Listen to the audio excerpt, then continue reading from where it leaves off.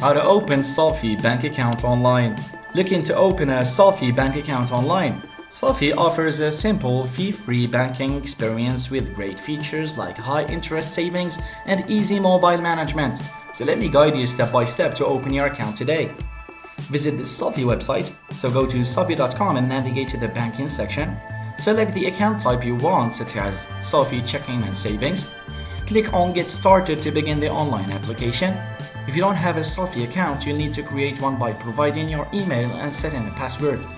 Now, fill out the required details including your full name, date of birth, social security number or taxpayer identification number, and the address and phone number. Upload a valid ID such as a driver's license or passport and follow the instructions to complete any additional verification steps. Now, agree to terms and conditions? Then you can try, if you want, of course, to link an external bank account. So you can link an external bank account to fund your Sofi account during this step. This step can also be done later, so it depends on your will.